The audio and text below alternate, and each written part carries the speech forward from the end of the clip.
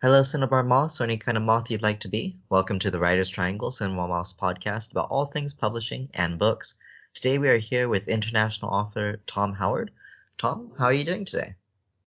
Yeah, I'm really good, thanks. Yeah, it's cold, but the sun's out, which is nice, and work's nice and busy, but I've managed to slip away for a bit, so that's nice, and I can be a bit warmer because it's very windy today, so that wind's cold. Yeah, you imagine getting a break from the windy days can be a nice reprieve. Yeah, yeah, because you don't realise how much it kind of that wind. I mean, it feels like it's always windy where I live. Like it just always feels windy. So and it kind of batters your skin all the time. So I've got like you get really dry skin and stuff. So um, I think I need to moisturize a bit more. And so, speaking of being very active, you're going out quite a bit, exploring the elements. I wanted to interview you because of how complex your life is. You're an active Okay. oyster fisherman or farmer, a father, a writer. That's quite a few different elements to handle. Can you tell us a bit Yeah. about your oyster business? Yeah. Well, it's it's an oyster business that's been in my family for 8 generations now. So I'm generation eight of oyster farmers. So we as a family started farming oysters here on Mersey Island, an island in North Essex in England. We started farming oysters here in the 1700s. And back then, my fifth great grandfather was growing oysters, then shipping them off up into central London via boat by the Thames, which is quite amazing. And we're pretty much doing the same thing now, except we don't sail the oysters into London; we drive them around instead. So it's quite a business, it's quite a legacy, and we've been doing it, like I say, since the 1700s, and we're still farming oysters now and shipping them all around the UK, about over a million oysters a year. So Wow. it's hard work. Yeah, it's great, but it's hard work. So that's quite a long history then. Geez, since the 1700s, about 300 years of history Yeah, with the oyster business. That's really amazing, and it's also kind of surprising to me because I don't come in across a lot of people who have businesses that span back so many centuries.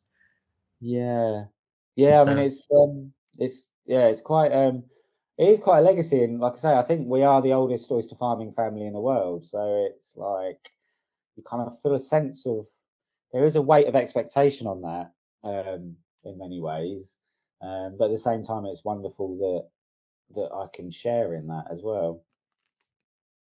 yeah, I can imagine. And then on top of that, you're also a father and a partner.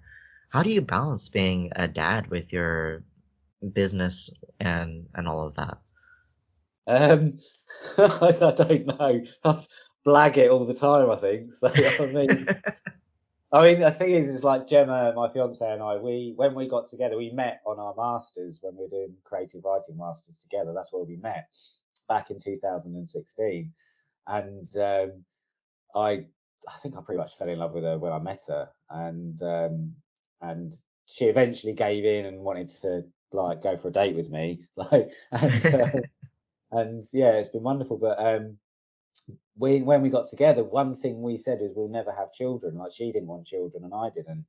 Um, and then and then that all changed with our little girl Autumn, who's now two, which has been the most wonderful thing ever.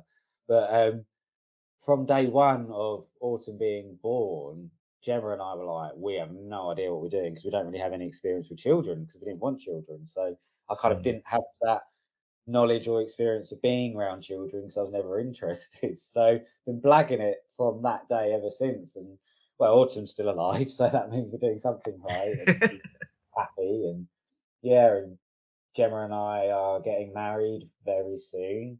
And so that all works amazing. I think the balance. I think to balance it is just not stressing too much. I try and be very relaxed and laid back about everything, um, and then nothing seems too daunting or overwhelming, and then that way I can then manage my days and my weeks quite nicely. So for you, it's a matter of not putting too much stress on it.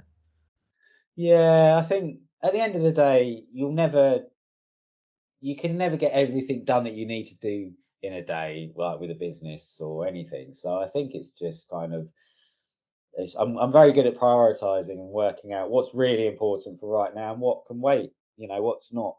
It's not going to be a drama if that has to wait another day, kind of thing. And also I remind myself, it's probably not very good business to say this, but I say the world's not. If for some reason I can't get some oysters to someone today, the world's not going to end because they're not going to eat oysters today, and they have to wait till tomorrow. You know, so that's kind of, it's probably terrible business to say that, but at the same time, it's like remembering that, you know, things, we're so fast paced as a world nowadays where everything wants everything now. And I remind myself that everything doesn't have to be as fast paced as that. So you can kind of balance everything quite nicely without it kind of overwhelming you. Mm. And so, do you keep that philosophy? Is that how you manage being able to not only be a business owner and a father and a partner, but also find time to write? Yeah, yeah. Again, I very much write in the sense that I don't put a pressure on myself about how many words I need to do that day, or I must do this amount by this time and all this kind of thing, because then you're instantly putting so much pressure on yourself, and then it can cause you to actually have writer's block or write stuff that you're not happy with and write complete nonsense. And the times I have put pressure on myself that I need to get this many words done by this time, I've looked back at it and thought, well, that's a load of rubbish, and then I've deleted it all. So it's like, well, what to do in that?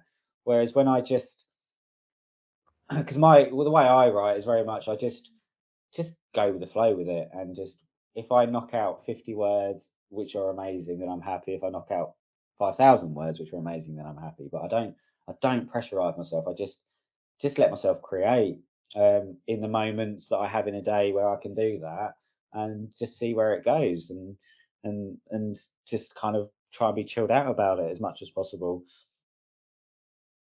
Okay, so for you, with your process of creating the several short stories that we've seen from you, as well as your upcoming release, The Path of Chaos, it's been a matter of just finding those pockets of time and going, well, I have this time, let's see what happens.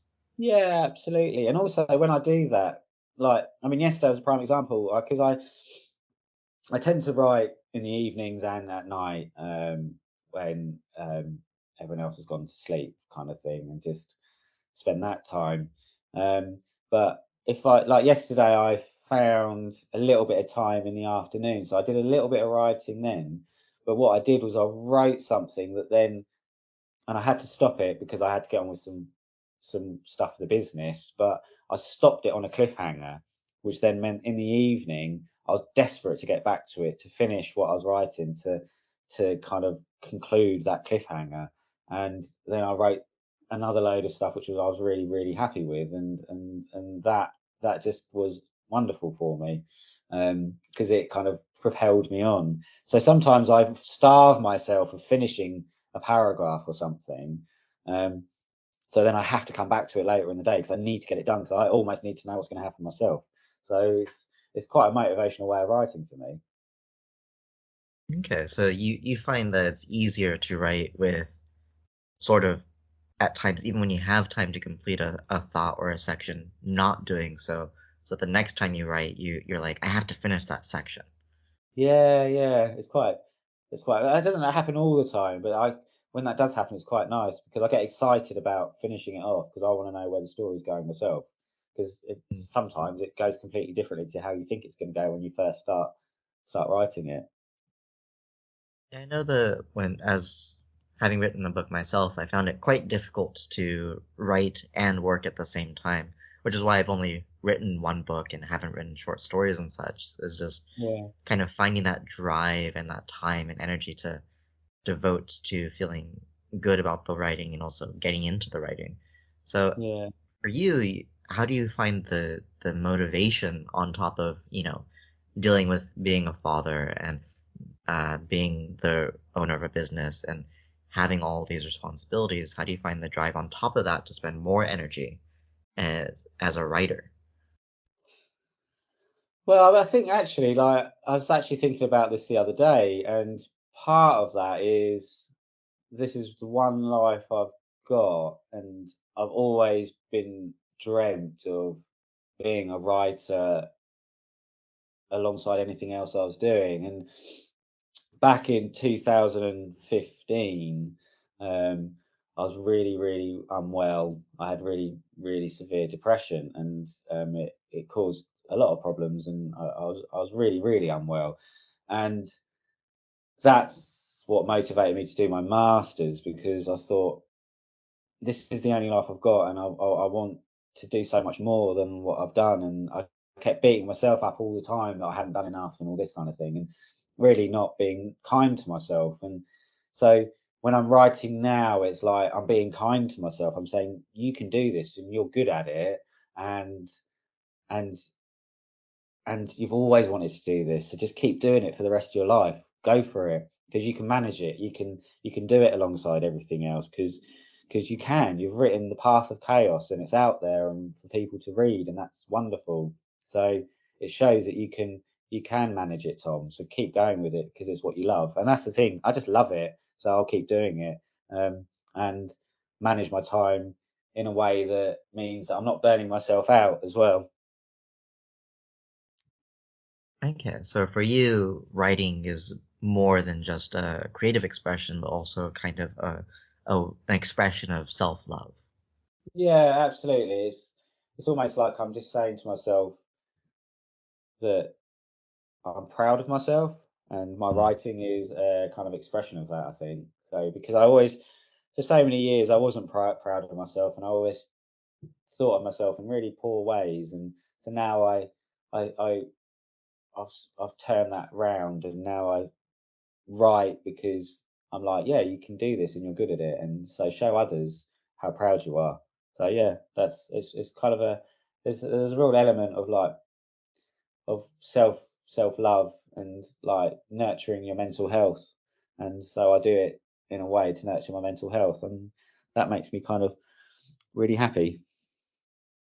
That does sound really wonderful to have uh, a creative process for yourself that also lets you feel good once you've gone through it and when you're doing it, right? Rather Yeah, than it being a absolutely. drain. Yeah, So, completely. so with that, you have this very long legacy with the family business of oyster farming, and Mm, you also have this budding uh, creative outlet, so to speak, with writing.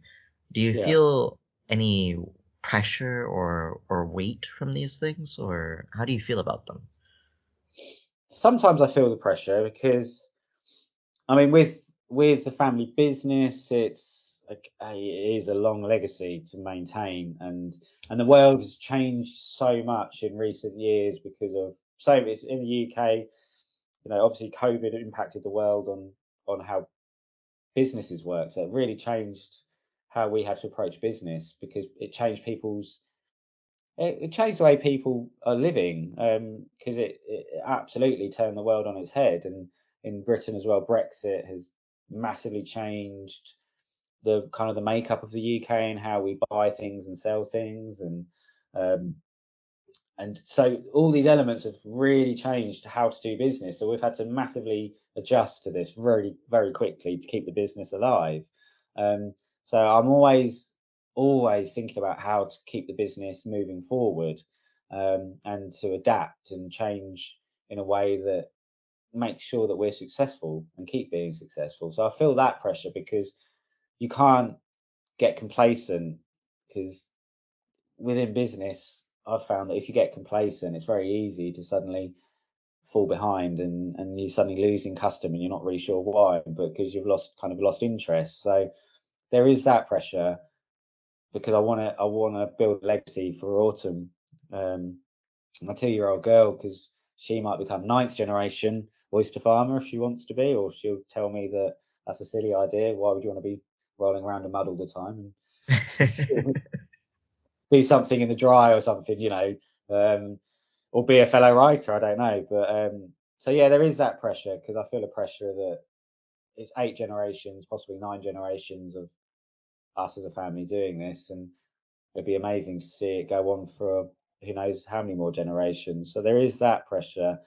With the writing, it's so personal, isn't it? So the only pressure I feel on the writing is pressure on myself to really do myself justice. But Mm. again, like I said, I do kind of approach it with a sense of self-love. So to know that if I'm just writing with my passion and and being relaxed with it, then I'm sure whatever I produce will be a true reflection of what I can do. I think that's a wonderful way to view it. And with that, it sounds like being a father has perhaps affected some of your views when it comes to the family business or other things, or how has being a father impacted you, if it has at all? It's it's I was saying this to Jeremy the other day. Being a father has suddenly really made me kind of comprehend my own mortality. Like, kind of like, whoa, like, I don't know. It's like a new life suddenly makes you realise your life is a little bit finite, which is probably a bit, is that a bit like too morbid? I don't know, but I don't know. But so, yeah, no, Autumn, like, because seeing her develop and grow and just blows my mind how quickly children develop and change and like you see this person like forming their own personality and trying to understand this mad world we live in through those tiny eyes. And so it's beautiful to watch and it's so innocent. And I think that's impacted me in that all these I realize how we focus on such inconsequential stuff and get really stressed out about really minor things in day-to-day living. And it's like, and then when you see a little like Autumn, she's just carefree and just loving learning and just taking the world around her in. And so I suddenly realized that you can actually be, it's actually good to be a bit childlike in how you are as an adult and not to really take everything too seriously. So with the business or with my writing, it's trying to just like be like Autumn, just be relaxed and chilled out and just see what happens because we're not really on this planet for very long. So, and when you start stressing about, I don't know, someone's parked their car in your parking space or something, like who cares? Like it doesn't really matter, does it? So, like the world is so, with everything that's happened recently in this world, we've really got to like embrace exactly what's going on around us right now and just, yeah, just kind of just be much more kind of like a child in how we view the world. And I think that's how being a father has impacted me, definitely. I think that's an interesting kind of uh, opposite effects in a way, right? Because you're Yeah, looking down the line and being like, I don't have much longer to live potentially, but then you're also thinking I can embrace these moments and live in this moment rather than yeah, always being stressed out about that time that's coming. yeah, absolutely. Yeah, and just it's kind of like I just see like I see some people around me who just get really, really stressed about such minor things, and I think, oh goodness, like we don't need to be like that because it doesn't, in the grand scheme of things, a lot of those things don't really matter. It doesn't really Mm. matter. And after like the awfulness of COVID and that alone, like, we've really got to just embrace the moments now, haven't we? Yeah, I definitely agree that the kind of existing in the now is something that's difficult to do, even if we're Yeah. aware of it, but having this perspective can be really helpful to avoid stressing out too much about things. Yeah, definitely. So I want to talk a little bit about you and your process as a person. I've noticed that you're a very amazing and talented networker, and that you connect with people very well. Does that networking and connecting with people and all of that come naturally to you, or is it something that you worked to kind of learn and master? I think a bit of both. I mean, I've always my twin was saying to me the other day, like he said, he was just recalling when we were children, and I always used to be a right old show off, like always trying to entertain people, and happy to really really gregarious, really happy to talk to anyone.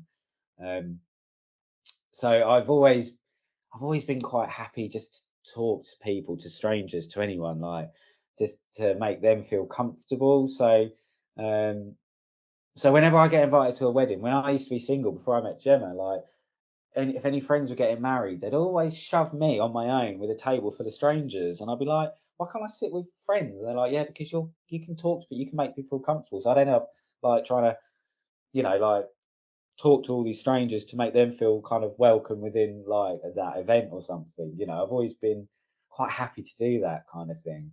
But then also there's a flip side of it is I hate small talk. Like, I can't stand small talk. I can't deal with it. I just find small talk. I don't know. I find small talk really difficult. But when it comes to maybe networking and talking about bigger stuff, like bigger picture stuff or something like that, whether it's to do with business or writing, then I just love it. I'm in my element.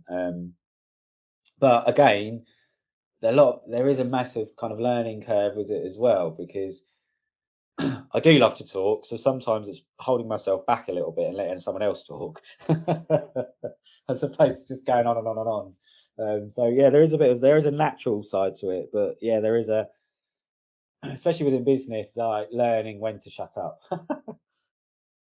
I guess there is always going to be that balance, right? Of you want to be in the conversation, but you don't want to take over the conversation. No, absolutely, yeah, absolutely. And going on a little bit into the small talk, I definitely think that I kind of have a similar experience with you where small talk is something that, you can do it, right? But Yeah, it seems so pointless a lot of the time. yeah, it does, isn't it? It really does. I'd rather just go. Like when I meet new people, I'd rather just go deep straight away than talking about the weather or something, And Yeah, the I British love definitely. talking about the weather, don't we? So it's like, well, God, what's what we do all the time. I mean, as an oyster fisherman, we do talk about the weather a lot because we have to, because we're always monitoring the winds and the rain and all this kind of stuff. So the weather is pretty much part of our conversation every single day, but that's got a purpose to it. But yeah, a lot of small talk's kind of like, can't we just talk about like interesting stuff? Can't we go straight into politics, or is that not allowed? Let me get to know you, right? Yeah, that's right. Absolutely. Yeah, I mean, I definitely agree that there's small talk can be nice to kind of maybe get a little bit comfortable initially, but then after that, let's just get into getting to know each other on like Yeah, a genuine level, you know? yeah, definitely. Yeah, because everyone has a story, don't they? So you all know that story. So you don't. Hmm. I don't really care what they ate for dinner. I want to know I want to know about them. And so getting to know a little bit about you and digging into your story a bit here, you've got a lot of different opportunities that you've been exploring with, your family business and with writing and everything. Do you feel like you've been deserving of these opportunities that you've been embracing? I know a lot of writers and people that I've talked with and gotten to know in general struggle with feeling worthy of their lives and what they have, and that can be quite difficult. So how do you feel about that, and how do you manage that if you do have negative feelings? Yeah, I mean, 6, 7, 8, 9 years ago, I'd have definitely said I'm definitely not worthy of anything, and not worthy of uh, any kind of success or anything. And even if I had successes back then, I'd tell myself that I wasn't really that good or that successful or good enough at all. So don't tell anyone about it. Whereas now I feel, yeah, I am worthy, because at the end of the day, all writers know that the process of writing anything, whether it's a short story or a novel, but writing anything, you are putting yourself into that. It's very personal and it's hard. It's not easy. People don't realize how hard it is to write. And so whatever you create, that makes you worthy because you've created something that some other people can't do, and that alone is worthy. So yeah, I really, really feel like proud of myself all the time now, and I remind myself that you can be proud of yourself because you've done something that is not easy, and you should really like tell the world about it. Hmm. And so for you, the the process of having created these stories and, written The Path of Chaos has helped to solidify that confidence for you. Yeah, absolutely. And that is it, isn't it? It's confidence. I just think it's just being confident in yourself. And actually, the more, if you're confident in yourself, you actually create better content as well, because you're not always kind of looking over your own shoulder going, oh, is that good enough? Am I, you know, oh no, that's rubbish. I'm just deleting all that. You kind of trust your gut on your creative process then, because you're feeling confident in yourself, and and rightly so, because it's so easy to, I mean, it's so easy to talk yourself down and think what you're doing isn't good enough, and it's much harder to say to yourself, no, this is good. I'm proud of this, and that's kind of, that's a learning process, I think, to be kind to yourself with your creativity or whatever you're doing. So yeah, and that's taken me. Well, I'm 41 now. It's taken me for 40 years to get there. Yeah, I mean, that is quite the learning process, and I think it's wonderful that you've gotten to the point where you can feel secure within yourself and saying, what I'm doing is good, right? Yeah, yeah, absolutely. It does take time, but yeah, I think I'm there. And so with your writing and with your kind of your attitude with networking and your positivity about it and that kind of natural draw towards it, do you find that networking for your business and just your openness to connection has opened doors for you as a writer? Yeah, absolutely. I mean, the good thing is because like I get contacted. I've got like a few journalists saved on my phone who will text me or phone me saying, seeing if I'm free for a radio interview or a newspaper article or whatever about something to do with the business. Whether, because I mean, the oyster industry here, there's a lot of publicity about it all the time at the moment. Um, there's various things going on in the UK around the industry, around the sea. There's a lot of interest in that. So I've always got people getting in touch with me, and then I tend to then throw in about the book as well. Yeah, no, we'll have a chat about oyster farming. Oh, by the way, did I tell you I've written a book? And then seeing if they want to interview me about that, or get do something to cover that. So yeah, no, it does, because um, I can usually drop it into the conversation or the interview. When it happens. So no, the business, and because the business is, quite famous around the area and even into the UK, and actually parts of the world, because Mersey oysters are famous all around the world. Um, it does give me great opportunities to then talk about my writing. Yeah, no, it really does help. Um, Not to say they'll always take me up on it, but it gives you opportunities to tell them about it at least.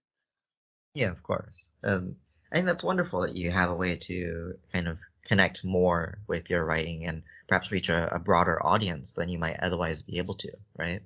Yeah, definitely. Um, I think that it's that confidence thing. It's not being, because I could easily just be coy and not tell them about the path of chaos because I feel a bit embarrassed, maybe like I'm kind of being a bit brazen or something. And again, it's just having the confidence to talk about it, because at the end of the day, you created something, and if you've got an opportunity to share it with someone who could give you a wider audience, then go for it. Yeah, for sure. I definitely think that that is something that I would suggest to other authors and writers as well as, take every opportunity you can get to share your writing with people. Yeah, yeah, definitely. Yeah, just go for it. And so, following up on the idea of giving advice to other authors and writers, do you have any advice that you'd give to authors about finding balance, like you have with the many responsibilities that you're juggling?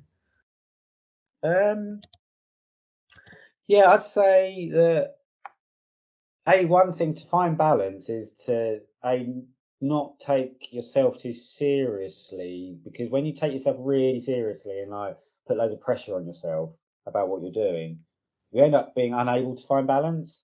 because you're so kind of, I used to do that, like get so worked up that I need to get this done and that done, or I need to write this, and I need to do this many words, or I need to make this the best it can be, and then kind of just work myself into a little bit of a stress ball about it, and that I wasn't Mm. finding balance. So it's kind of almost just not taking myself so seriously and just being relaxed about what I'm doing and just seeing where it goes. You suddenly find you suddenly find that balance. It's kind of like, I guess it's kind of like being out on the water when I'm out on the water. Like if I'm if I'm putting too much pressure on myself about how many oysters I need to catch, then suddenly I'm not catching as many because I'm stressing that I'm not getting enough. But when I kind of say, no, don't put a target on yourself, then it becomes much easier for me. So like with anything, as soon as you start putting pressure on yourself, it's really really hard to then like focus properly. So yeah, to find the balance is just to try and be much more relaxed, I think. Mm. And so you mentioned a bit that you did used to put that pressure on yourself, right? Yeah. Uh, is there anything that you wish you had done differently in the process of writing your first novel while balancing everything? Perhaps less pressure on yourself, or maybe some other things?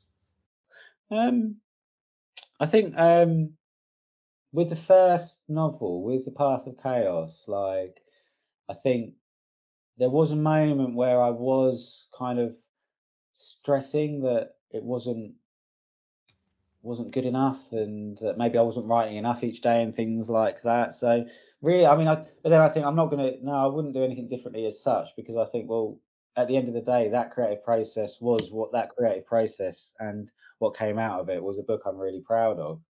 Um, Mm. but it's what it has taught me is just to remember the things I've been saying, like what I'm saying to other people is just, yeah, just to be relaxed about what you're doing and let your creative kind of process happen and enjoy where that takes you. Mm. So rather than doing anything differently, you'd rather just take the lessons you've learned from this process and Yeah, apply it to your future projects and things that you're doing from here on out. yeah, definitely, definitely. And have you found anything surprising in this process that you've learned that about how you've created balance or how you've gone about your process with your life or your writing and such? Yeah, how much I can do in a day. I don't understand. Yeah, no, that's what's been surprising. It's like, flipping heck, I could do all this. Wow. That's quite amazing. Um, yeah, and it's also surprised me how um, thinking it like how inefficient I was with some work with the business before I was writing, you know. So I was like, hang on, the business is doing the best it's ever done, and I'm writing a book, and I'm a family man. Yeah, it shows you can do loads in a day. So yeah, that's a surprising bit. It's like flipping heck, I'm I'm quite productive. Yeah, it is quite surprising that you have more that you're doing, and yet somehow it's also getting better. Yeah, absolutely. It's great. And so through this process of, adding on more responsibilities, becoming a father and all of this, who would you say has been a person that's really grounded you throughout this process? Oh, definitely, my fiance Gemma. When I first met her, she kind of grounded me straight away because she didn't kind of blow smoke up me kind of thing about who I was and things, you know. Because when I first met Gemma, I was writing quite a lot for some newspapers and stuff about mental health things and getting some front page stuff on that, and you know, and um, I wouldn't say I became arrogant about it, but I kind of maybe became overconfident about who I was, maybe. And what Gemma's been amazing at is just kind of reminding me of like my humanity and just like not letting me get too big for my boots and just keeping me grounded and saying, remember, just remember who you are in it all kind of thing. Because because especially like with the business and that, and we do get lots of publicity in that. It can be easy to become kind of, I don't know, think of yourself as more famous than you really are, kind of thing.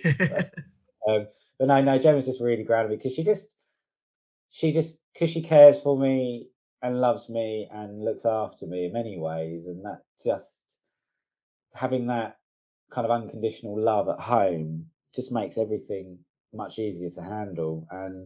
And she's just really real with me and honest with me, and I just love that because I just always have honest communication from her about everything, and that just keeps me focused and grounded. And I don't, because I can kind of go off on another tangent and be a bit kind of suddenly like kind of get some really massive ideas without kind of realizing the practicality of it all, you know. So Mm. Jen just kind of keeps me focused to just think about the here and now and get one thing done at a time, you know, and you know that just really keeps me in a good place. So yeah, Gemma just keeps me in a really good place all the time, and that's she massively changed my life when she came into it and helped me love myself, and that's what's really amazing about her. I think that's really beautiful that you've connected with somebody who helps you to see yourself and and keep yourself in perspective, and also helps you to uh, feel positively about what you have going on, and also not lose track of it, right? Yeah, yeah, 100%. Yeah, it's lovely. Yeah, she's great. So with this process, you have someone who is in your life that helps ground you, but would you say, with given that you have so much publicity with the oyster business, and then you're interacting with all these people, have you experienced any naysayers? And if so, how do you deal with them? Laugh. I mean, I've had some really like, I mean, because I've been like, especially with to do with Brexit and things, I've like spoken openly about how bad Brexit's been for the UK and especially the oyster industry. Like, it was really a bad idea for the shellfish industry here in Britain. And online, especially on Twitter and stuff, like had some I've had some really nasty stuff said on there, like really nasty stuff. I don't realise people could be so horrible. And stuff to do with mental health. I've like when I've written about that in the past, I've had some really like some people have been quite horrible, and just I've realised like, I used to get like we all do get really focused on it and kind of like get quite angry, and now I realise that again life's too short to really worry about these naysayers because you've got to really enjoy the the the positivity from the people around you that are giving you that positivity, and that's what you've got to draw on. Because if you Mm. draw on all these negatives and what these negatives are happening around you, then that makes you negative. So I tend to ignore a lot of negative stuff, just completely ignore it. I don't engage with it at all. I just treat it like it's not there. Because at the end of the day, if people are naysayers and things like that, it's more to do with them than you. Like, there's something going on with them that makes them be like that. So it's something for them to work out, and you won't be able to change that. You like, doesn't matter how often doesn't matter how well formulated your argument is or your reasoning or anyway, like you'll never change how that person's being because there's something going on with them. So it's for them to work that out, work through that, and get to a positive place themselves. So yeah, I tend to just skirt around naysayers. It's life's too short to worry about them. I definitely think that's an important message to remember is, when people are spreading this negativity, it's because they have negativity in themselves that they're trying to get out, right?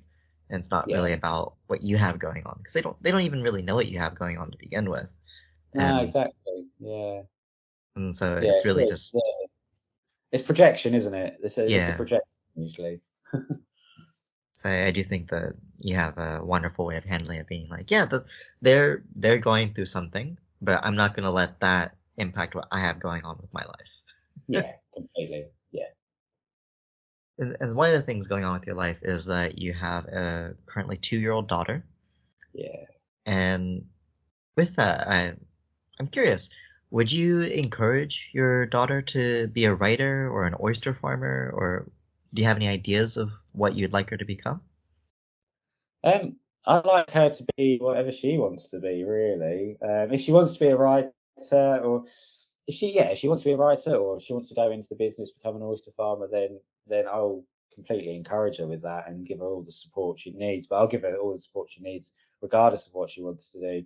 Um, I mean, to be honest, if she does want to become a writer or an oyster farmer, then yeah, it'd be great for her to go for it, and then for her to show me how to do it even better, you know. So I like to see her become a writer and write something that puts, like that puts my writing to shame, or like to become an oyster farmer and show me an even better way to manage and run and grow the business, you know. So yeah, like, oh yeah, whatever she wants to do, I just want her to thrive, really, and just feel that freedom that she doesn't have to.